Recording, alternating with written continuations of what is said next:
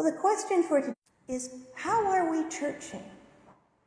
That might seem like an awkward way of saying it, because we think of, the church as a thing. How are we doing church? But what if church is actually a verb, and what we do is churching? Church used to be a place where people spent their entire day.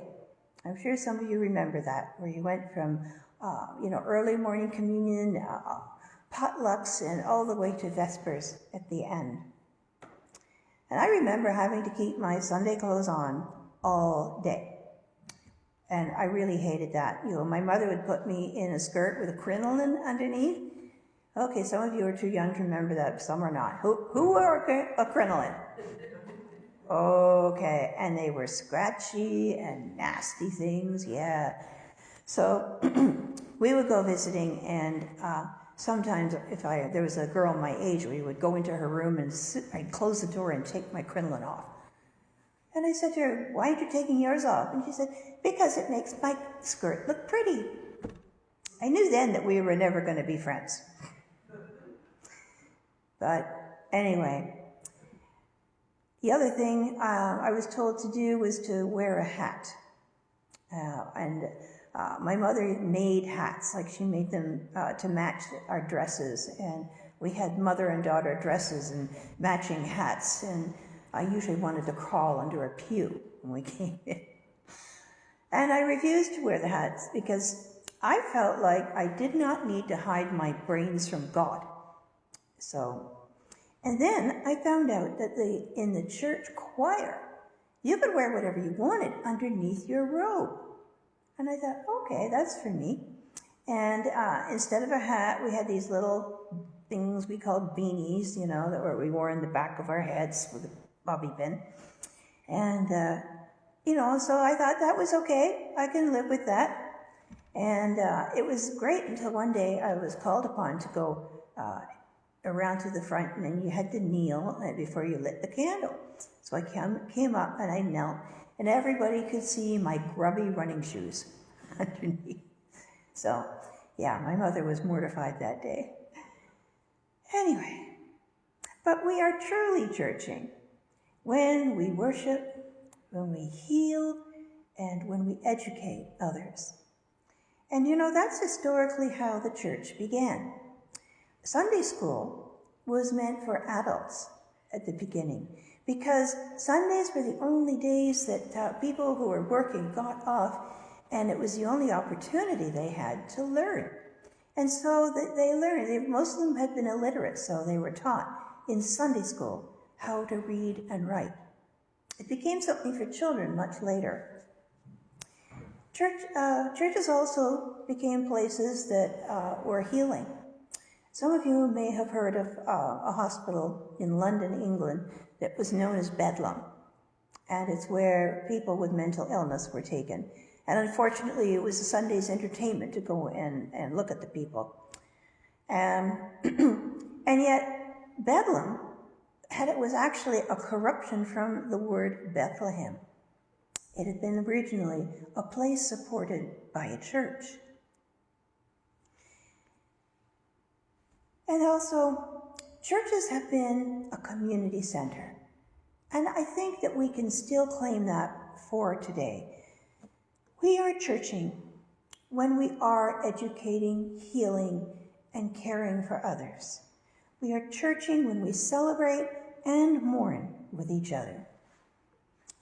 And we've been churching across the denomination and around the world when we offer our buildings to everything from food banks and AA groups and to concerts and all kinds of things that churches have been. And these are some of the things that churches have done. Not all churches have the same resources, but there's still things that you can do. We can still stand for justice. We can still we could write letters, we could send petitions, do that kind of thing. We can certainly demonstrate our feelings about different things that are going on. And we can We can become focus groups. We can begin to act together. We can be called to rally around some kind of issue that really matters to us. Unfortunately, the news cycle tends to go from one to another. So while we are focusing on Ukraine, and that's important because that war is still continuing, who remembers the Uyghurs, the people in China who have been persecuted, imprisoned, their women have been sterilized, and they are definitely living a terrible life. So where are we? Where are our representatives, our ministers, our foreign affairs people? What are they doing about this? How are they holding this country to account? Or are they too afraid of the repercussions? Well, sometimes it's the church that needs to speak out, because we can speak out boldly, whereas others may be more inhibited. What we do is to continue the ministry of Jesus. Now, we need to remember that he didn't have any money. He didn't have a place to stay. He was wandering, and he was relying on the goodness of other people to open their homes, to share what they had. So when he said, "Blessed are the poor in spirit," the people around there, they knew exactly what he was saying. They knew he was talking about them. Now, why would they think that they were poor in spirit?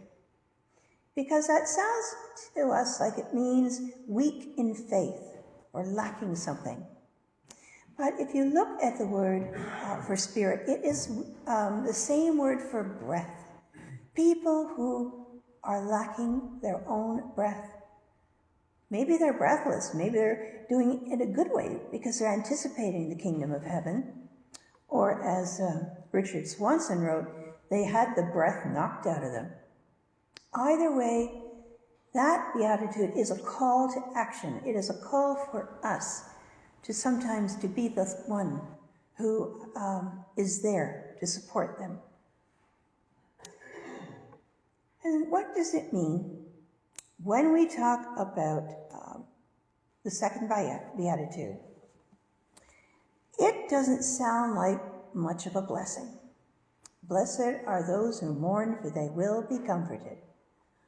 I don't think I could go to a person who was mourning and say, "You're blessed."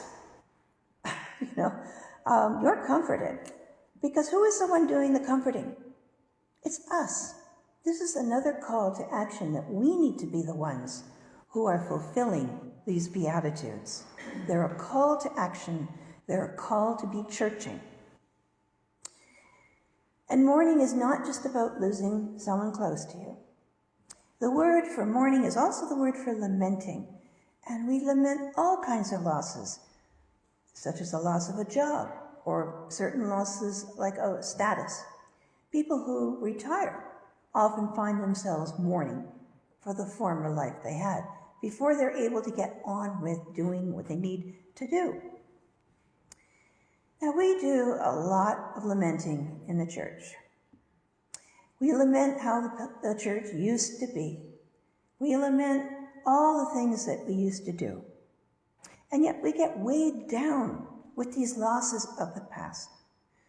We're not going to have a full Sunday school anymore. We're not going to have multiple choirs. And we're probably never going to have lots and lots of money. But we will have what we need. I believe God has sent every one of us here to be part of that community, part of that witness of saints. The next beatitude says that we're blessed if we are meek. That's a funny word. Has anybody used it lately? Has anybody said, "Oh, you're really meek," or "I'm feeling really meek today"? It's just not in our vocabulary. But the word meek can also mean gentle, kind, humble, and not spiritually arrogant. In other words, don't be like your enemies, who are all of those things. Well, how do we live these beatitudes? Well, how can we recognize those who are poor in spirit, lamenting, and humble? Are those qualities we generally admire in other people? Think about some of the heroes we have in the movies. James Bond, for example.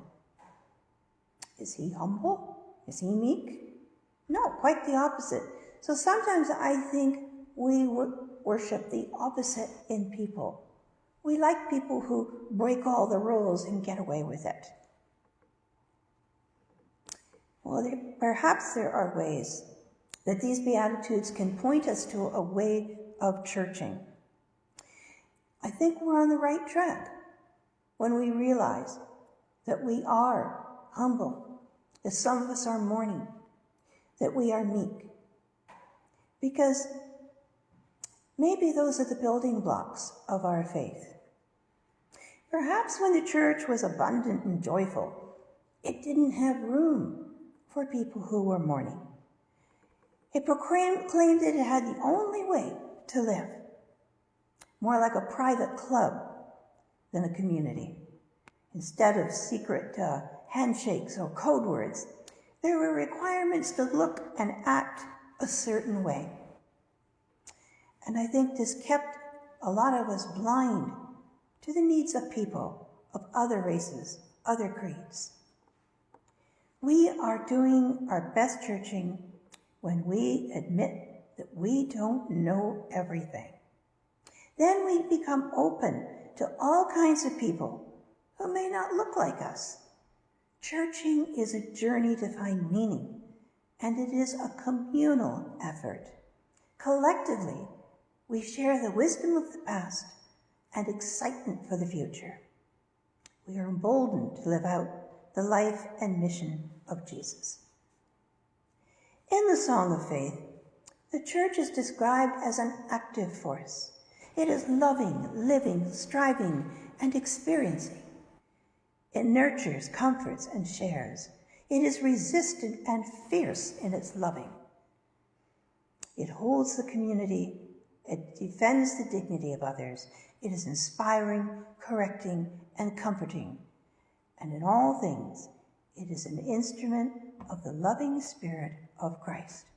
Now this is churching. To live out the good news when we are part of the process of reconciliation.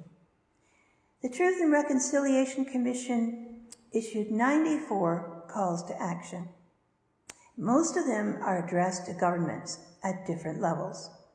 There are only 2 that are directed to churches and faith groups. And the first one is to adopt the United Nations Declaration on the Rights of Indigenous People. And here it is. There's many items, but here's the first one.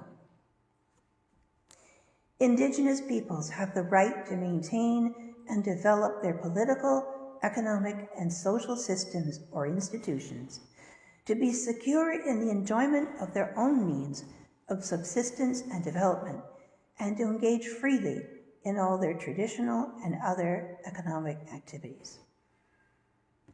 I think we need to put that on a slide and have it right up there when we come into church to see that, yes, we are working for reconciliation.